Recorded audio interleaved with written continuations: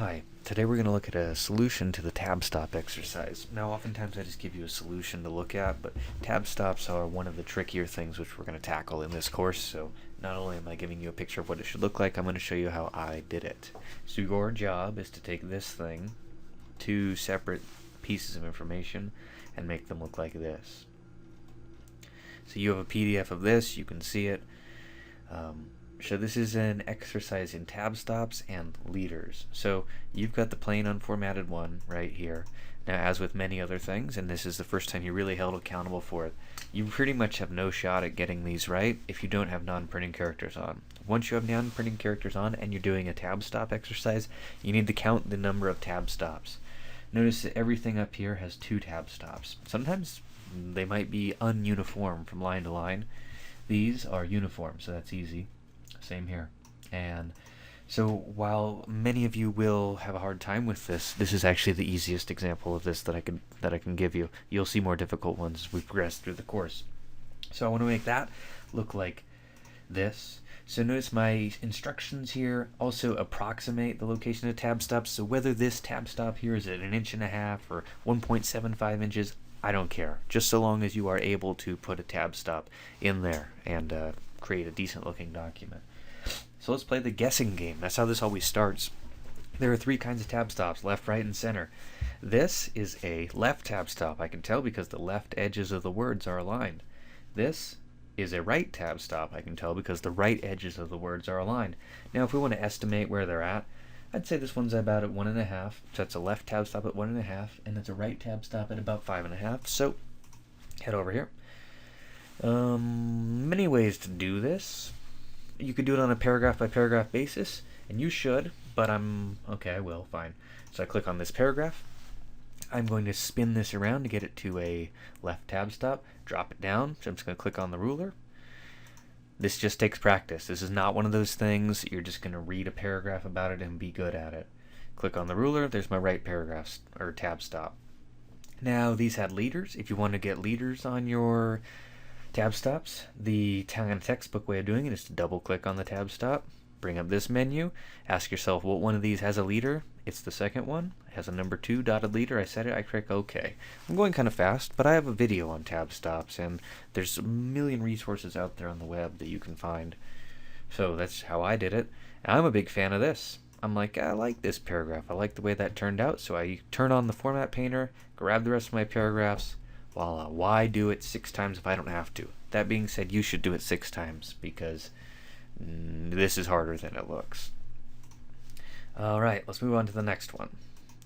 So this one's more or less the same question. You can see there's 2 sets of tab leaders.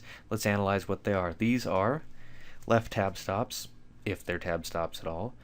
These, it's actually almost impossible to tell what kind of a tab stop that is because the right edge is aligned, the left edge is aligned. These are actually center tab stops, and so I guess the takeaway would be it doesn't matter what kind you did for them. I probably wouldn't be able to tell the difference. This is definitely a right tab stop. So 3 tab stops. This one's roughly looks like it's about 2.5 inches. This one's at about 5 inches. When I say about, that's fine. So another way I could do this, another approach, how about select all the paragraphs, just set them in one big shot. I definitely would discourage you from doing this. You might as well use the format painter, but I'm just trying to show you some variety. So also notice there is no tab stop here. There's only 2 tab stops, right? That's why I said this would be a left tab stop if it were a tab stop, but it's not. The only way you could ever know that is with the show hide button. Let's grab them. Let's try a middle tab stop there in the middle. I don't remember where it was. Somewhere around there looks good. And a right tab stop somewhere around there. That's pretty much the alignment. Now the reason this one's a little bit more difficult and the reason this won't entirely work is that first one does not have leaders and the rest of them do. So you're certainly free to go like this and just set all those tab stops at once. And so let me show you the other way to apply leaders. So I did it by double clicking on the tab stop. You can also go into the paragraph dialog box, click on tabs. And this one has a leader. And this one has a leader. I think I did the same thing twice. I don't know. Did I? Okay, fine. There we go. All right, so notice I just applied leaders to 5 paragraphs. Now this is not easy. I mean, for some people it's pretty easy. If you have a game plan and you understand what you're doing, it's not supposed to be terribly difficult, but this is one of those things that does require some practice. Once you start making a mess with tab stops, sometimes the best course of action is just to start over again, because these can get out of hand pretty quickly. So notice we talked about different types of tab stops, putting them on the ruler, and leaders, which is what these questions are about more than anything else. Now, if you did something like this, you're like, oh no, I put mine at 5 inches, and this one was at 2 inches. Why did that happen? Oh, I accidentally made a new one, so that was kind of a bust. That's the kind of thing that happens with tab stops. Sometimes you'll accidentally create a new one rather than move one, and things get weird like that.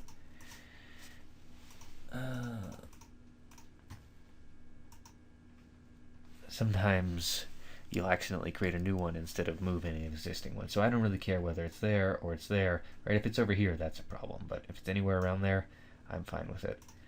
Don't worry about that. I've been having this weird issue. I don't know if you guys are going to have it too, because you're using the same file I started with. But did you see how my list disappeared for a second there? It shouldn't have disappeared, but it's been disappearing on me. Hopefully it's just my computer, but that wasn't a real problem. So a lot of things can go wrong. Do practice. You know, I don't normally make a 6-minute video on a solution to a exercise which should only take a couple minutes, but this is one of those things I expect you to have some trouble with.